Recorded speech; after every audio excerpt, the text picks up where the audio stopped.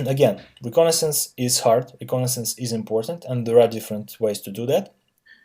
Let's start with reviewing the first category, and that's the goals. Okay, so first of all, remember this rule. Yeah, so it's not like the time you spend to the reconnaissance relevant to other activities. It's more of a weight of its value. Okay, so reconnaissance could could consume much more time, I would say, or much less time, but still, its importance in the final value of your report is around that. It's like 4 times more important than anything else you do. Yeah, and it's even from the perspective of a penetration testing services company, it's very important because it can be automated. It can help you be more business effective and so on. So what are the goals? The goals are to collect as much information as possible, and the types are passive and active reconnaissance activities. The difference between these two is rather not very apparent nowadays, because first of all, you cannot do these two things separately. You always perform some activities and they just fall down into one of these categories. And second of all, you have tools, of course, you automate, and these tools normally do a little bit of both. So there is no just like passive reconnaissance category in your toolkit. There is just a tool that can be used for this or for that purpose. Yeah, once again, there is a lot of work to do, but it can be massively automated, and that's a good thing. So what's the difference? The principal difference is that when you interact with some systems that are other than clients, okay, you do that passively. So if you do not interact with the client systems in a way they don't expect you to, this is passive. If you interact with the client systems in a way that is different from normal operations, this is already active.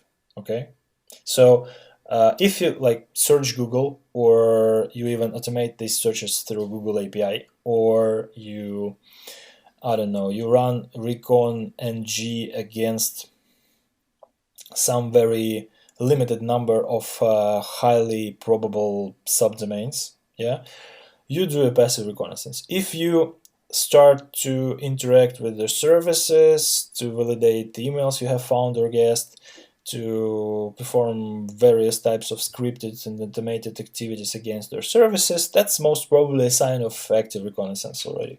Okay, so if you perform things manually, if you look to them as a normal client they see day to day, and you do not leave these boundaries of expected behavior, this is passive reconnaissance. You will remain under the radar of their security teams, most probably, yeah. So the most clients won't recognize you as an active hacking reconnaissance in action, okay?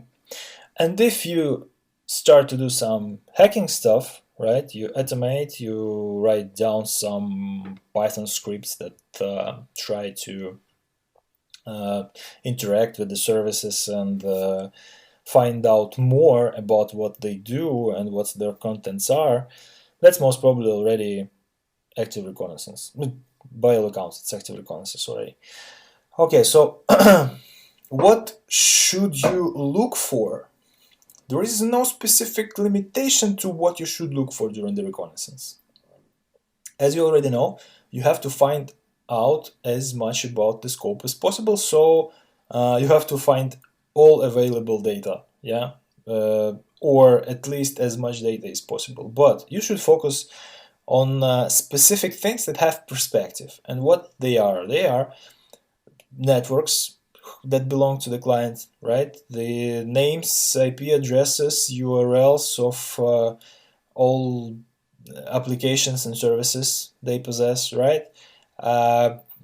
Specific servers, like special purpose service for name resolution, for mail transfers, for webmail access, and so on. like I don't know, VPN servers, um, different type of stuff. Of course, software and configurations. If you can find out about what versions of software are actual at the client's equipment, this would be sweet. Your pen test would be very pleasant starting from that point in time. And configurations. That's unfortunate, but sometimes you can find them online too. At some forums discussing security problems, an admin who is desperate is posting a portion of configuration. That's not something an average system administrator nowadays would do, but back in the day that was very popular. Okay, and that's all technical data. That's more pertaining to the technical assets. What about the personnel, the people data? So that is critical for performing social engineering pen tests, but it can be important for other types of attack as well. For example, you could guess login names for your password brute forcing scripts during your reconnaissance phase, when you find out how the people are, what the people are, what are their names, and what are the conventions of forming login names or emails or whatever.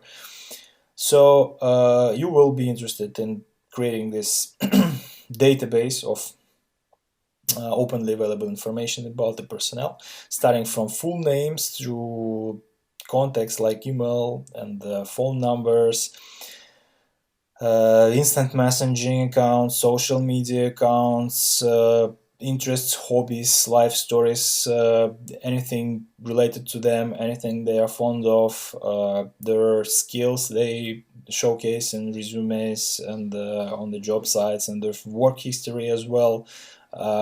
And the most creepy, I guess, the creepiest one is geodata, because uh, that's not like you're stalking someone or something like that. That may be very important just to find out how often people visit certain places. So you will definitely be interested in finding out whether they have night shifts, right? So maybe you will have to narrow down your attack window to night hours, just because you know that there is no one there, right?